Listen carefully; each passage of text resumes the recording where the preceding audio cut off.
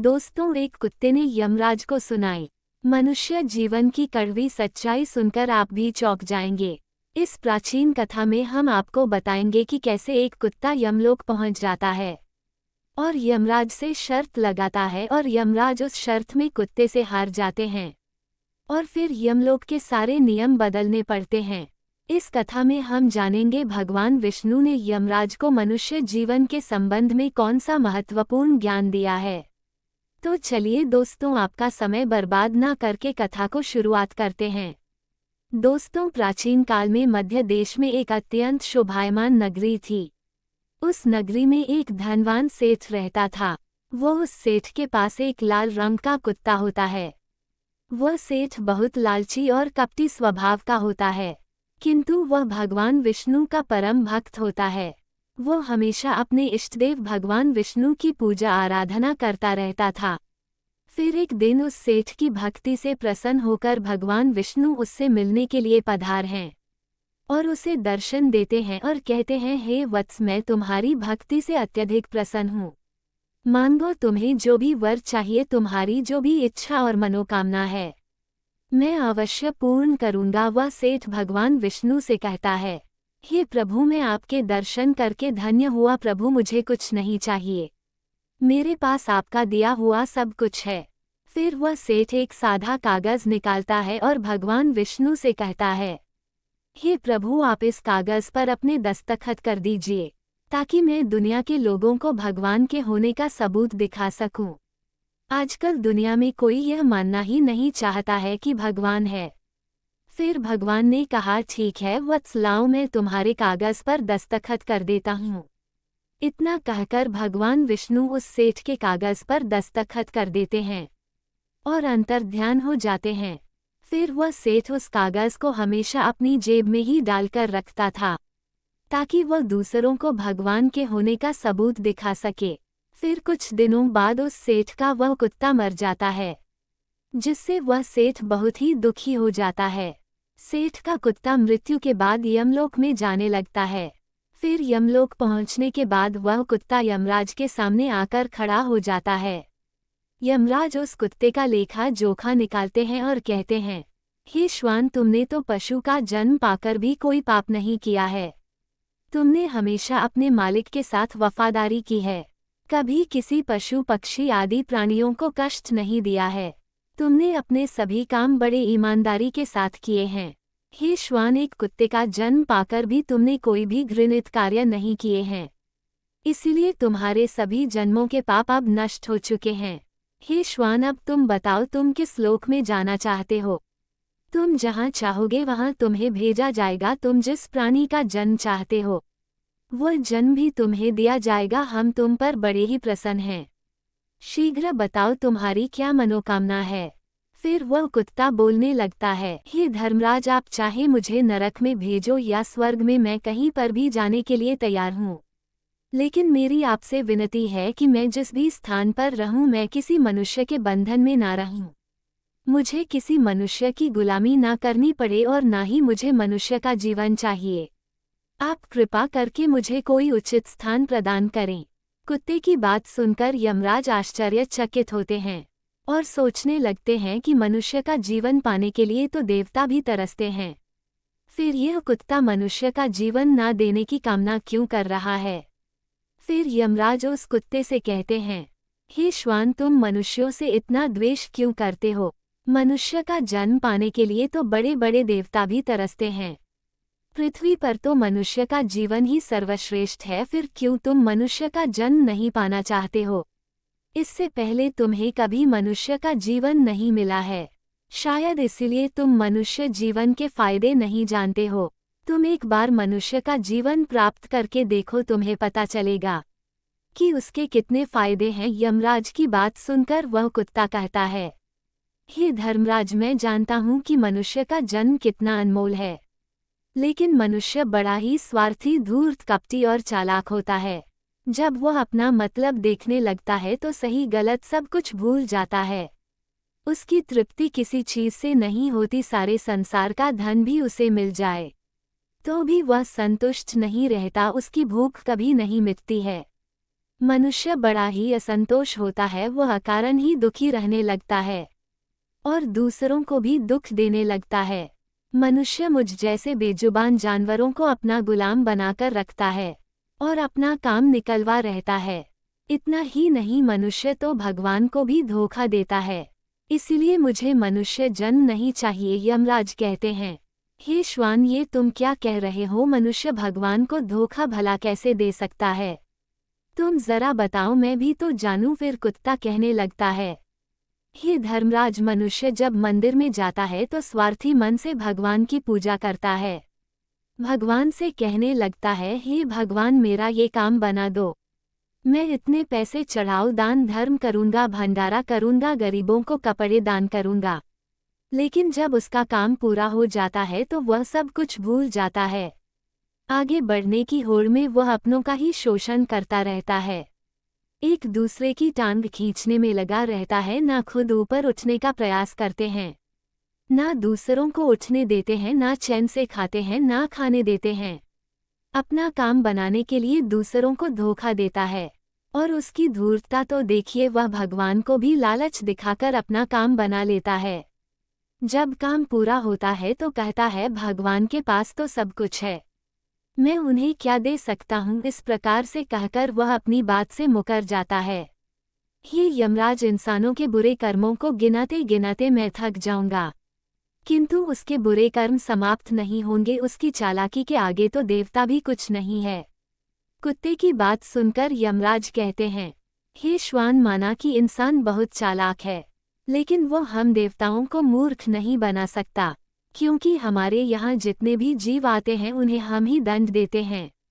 उसने पृथ्वी लोक पर कितनी चालाकी क्यों ना की हुई हो, उसे मृत्यु के बाद यही आना पड़ता है। सभी इंसान यहाँ पर आकर हमारे सामने रोते हैं, माफी मांगने लगते हैं, नरक जाने के भय से और मेरे भयंकर रूप को देखकर थर थर कांपते हैं। सभी मनुष्य हमारे अधीन रहकर ही काम करते हैं। फिर वह कुत्ता बोलता है, हे धर्मराज, आपके पास जितने भी मनुष्य आते हैं वे सब मरे हुए होते हैं, आपका पाला किसी जीवित इंसान से नहीं पड़ा है। यदि आप किसी जीवित मनुष्य को यमलोक लेकर आओगे तब आपको पता चल जाएगा कि जीवित इंसान कितना खतरनाक होता है। उस कुत्ते की बात सुनकर यमराज को आश्चर्य हुआ और गुस्सा भी आ गया। वे सोचने लगे, ये तो हमारे यहाँ पर आकर हमारा ही अपमान कर रहा है। इस तुच्छ कुत्ते को दिखाना होगा हमारे सामने कोई इंसान कुछ भी नहीं है। इंसानों की चालाकी हमारे सामने नहीं चल सकती। इस बात को साबित करने के लिए यमराज अपने दूतों को बुलाते हैं और कहते हैं, हे दूतों, जाओ और इस कुत्ते के मालिक को जीवित ही उठाकर यमलोक लेकर आ जाओ। हम भी देखते हैं कि जीवित इंसान हमारे सामने क्या चालाकी करता है। अगर यह कुत्ता गलत साबित होता है तो इसे अनेक वर्षों तक नरक में डाला जाएगा। उस कुत्ते को पूरा यकीन था कि एक अकेला जीवित मनुष्य स्वर्गलोक में खलबली मचा देगा। फिर यम के दूत धरती लोक पर जाते हैं और उस कुत्ते के मालिक को, अर्थात उस सेठ को, चारपाई के साथ उठाकर यमलोक ले जाने लगते हैं। तभी बीच रास्ते में उस सेठ की नींद खुल जाती है और वह देखता है कि दो अत्यंत हस्तपुष्ट सिंगों वाले यमदूत उसे चारपाई के साथ उठाकर यमलोक ले जा रहे होते हैं। वह सेठ उन यमदूतों से पूछने लगता है, ये यमदूत, क्या मेरी मृत्यु नींद में हो चुकी है? तब यमदूत कहने लगते हैं, नहीं मनुष्य, तुम अभी जीवित ही हो। फिर वह सेठ कहता है, फिर आप दोनों मुझे कहाँ ले जा रहे? मैंने कौन सा पाप किया है? यम के दूत उस सेठ को सारी कहानी बता देते हैं और कहते हैं, तुम्हारे कुत्ते ने यमराज से कहा है कि जीवित मनुष्य बहुत चालाक होता है, इसलिए इस बात का परीक्षण करने के लिए यमराज ने आपको जीवित ही यमलोक लाने के लिए कहा है। उस सेठ को पूरी बात समझ में आती है और वो कुछ देर तक सोचने लगता है और फिर तुरंत उसकी जेब में रखा हुआ वह कागज निकालता है जिस पर भगवान विष्णु ने दस्तखत किए हुए होते हैं। वो उस कागज पर कुछ लिख देता है और फिर से कागज को अपनी जेब में रख लेता है। यमदूत उस सेठ को लेकर यमराज के दरबार में उपस्थित हो जाते हैं। उस सेठ को देखते ही यमराज जोर जोर से हंसने लगते हैं और सोचने लगते हैं, ये तुच्छ मनुष्य भला मेरा क्या बिगाड़ पाएगा। फिर वह सेठ जाकर यमराज के सामने खड़ा हो जाता है और अपनी जेब से वह कागज निकालकर यमराज को देता है। जब यमराज उस कागज को खोलकर पढ़ने लग तो वे तुरंत ही सिंहासन से उठकर खड़े हो जाते हैं और उस सेठ को सिंहासन पर बिठाकर खुद उसके स्थान पर खड़े हो जाते हैं, जिसे देखकर यमराज के सभी दूत चौंक जाते हैं, सोचने लगते हैं यमराज ये क्या कर रहे हैं, एक मानव को अपने सिंहासन पर बिठा रहे हैं। यह जरूर कोई पहुंचा हुआ इंसान लगता है। वह सेठ अब यमपुरी का राजा बन जाता है। यमराज भी उसका आदेश मानने के लिए विवश हो जाते हैं। फिर वह सेठ सिंहासन पर बैठते ही यमलोक के सभी कानून बदल देता है और यमराज को ही यमलोक के द्वार का पहरेदार बना देता है। फिर वह सेठ सोचने लगता है, जब मैं मर जाऊंगा तो मुझे भी यहाँ पर आना पड़ेगा और मेरे पाप कर्मों के कारण मुझे भी नरक में डाला जाएगा। इसलिए उस सेठ ने नरक में पड़े सभी प्राणियों को स्वर्ग में डालने का आदेश दिया और नरक का द्वार हमेशा के लिए बंद कर दिया। और फिर सभी यमदूतों को आदेश दिया कि आज के बाद किसी भी प्राणी को नरक में नहीं डाला जाएगा, सभी प्राणियों को स्वर्ग में ही भेजा जाए। सेठ के इस आदेश को सुनकर स्वर्गलोक में खलबली मच गई। सभी देवता हैरान हो गए, लेकिन वे कर भी क्या सकते थे। आदेश यमलोक के राजा ने दिया था, इसलिए चुपचाप सभी उसका पालन करने लगे। स्वर्गलोक का संतुलन पूरी तरह से बिगड़ गया। धीरे धीरे स्वर्गलोक में जीवों की भीड़ बढ़ने लगी, जिनकी सेवा करके स्वर्गलोक के कर्मचारी और अप्सराएं परेशान होने लगे और सोचने लगे इतने सारे जीवों की सेवा कैसे कर पाएंगे। उधर वह कुत्ता सोचने लगा, यमराज को जीवित मनुष्य को यमलोक में लाना कितना महंगा पड़ गया। सेठ जी ने सब कुछ बदल दिया है, आखिर ऐसा कैसे हुआ। फिर वह कुत्ता अपने सेठ के पास गया और पूछने लगा, सेठ जी आपने ये सब कैसे किया। अब तो आप यमलोक के राजा बन गए हैं, अब मैं सारे जीवन आपका दास बनकर रहूंगा। कृपया आप मुझे बताइए कि आपने ये सब कैसे किया। तब उस सेठ ने धीरे से उस कुत्ते के कान में कहा, जब मुझे पता चला कि मुझे जीवित ही यमलोक ले जाया जा रहा है तो मैंने भगवान विष्णु के दस्तखत किए हुए कागज पर ये लिख दिया कि जिस जीवित मनुष्य को यमराज यमलोक बुला रहे हैं उसे यमलोक का राजा बना दिया जाए, यही मेरा आदेश है। उस कागज पर भगवान विष्णु के दस्तखत देखकर यमराज को लगा कि यह भगवान विष्णु का ही आदेश है, तो उन्होंने बिना विचार की यही मुझे यमलोक का राजा बना दिया। सेठ की बात सुनकर वह कुत्ता बहुत खुश हुआ और सोचने लगा, इंसानी दिमाग चाहे जहां भी रहे खुरापात तो करेगा ही। इधर यमलोक का ऐसा हाल देखकर सभी देवता भगवान विष्णु से मिलने के लिए वैकुंठ चले गए और उन्हें सारी बात बता दी। देवताओं की सहायता करने के लिए भगवान विष्णु तुरंत ही यमपुरी में आ गए तो उन्होंने देखा कि यमराज यमलोक के द्वार पर पहरा दे रहे हैं। फिर यमराज के सिंहासन पर कौन बैठा है। भगवान विष्णु को देखते ही यमराज उनसे प्रार्थना करने लगे और कहने लगे, हे प्रभु आपकी यह लीला बड़ी ही विचित्र है। धरती के एक साधारण मनुष्य को आपने यमलोक का राजा बना दिया और मुझे पहरेदार भगवान विष्णु यमराज से कहते हैं, हे धर्मराज यह मैंने नहीं किया है, ये तो मनुष्य के चालक दिमाग का कमाल है। यदि तुम जीवित मनुष्य को यमलोक लेकर आओगे तो यही होगा, इसलिए मैंने मृत्यु के बाद ही मनुष्य को यमलोक लाने का आदेश दिया था ताकि मनुष्य के सभी दोष और स्वभाव शरीर के साथ नष्ट हो जाए और केवल उसकी आत्मा ही यमलोक में प्रस्थान करें। किंतु आप तो एक जीते जागते मनुष्य को ही यमलोक उठाकर लेकर आए।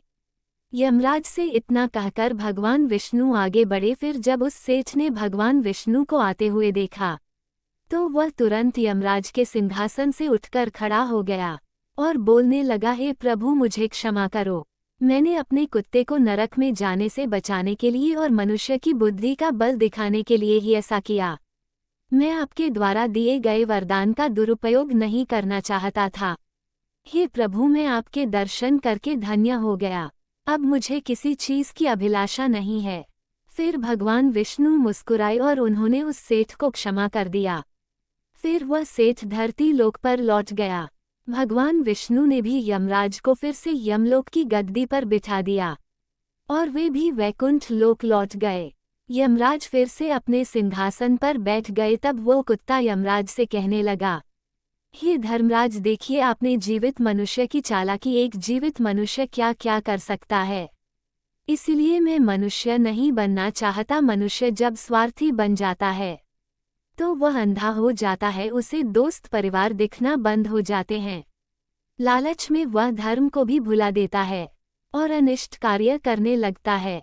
जब तक वह शास्त्र अनुसार कर्म करता है तभी तक सुखी रहता है, और जब धर्म से विमुख हो जाता है तो क्लेश और बीमारियां उसे घेर लेती है और उसका पतन हो जाता है। फिर यमराज उस कुत्ते को क्षमा कर देते हैं, उसे स्वर्ग में भेज देते हैं और यमलोक के बदले हुए कानूनों को फिर से सही कर देते हैं। तो दोस्तों, इस प्रकार से एक कुत्ते ने यमराज को मनुष्य के जीवन की सच्चाई बताई है। ये कथा आपको कैसी लगी कमेंट करके जरूर बताएं। अगर यह जानकारी अच्छी लगी तो वीडियो को लाइक जरूर करें और कमेंट में जय श्री कृष्ण जरूर लिखें। साथ ही चैनल ज्ञान सागर को सब्सक्राइब करें। मिलते हैं अगली वीडियो में। आप सभी का धन्यवाद।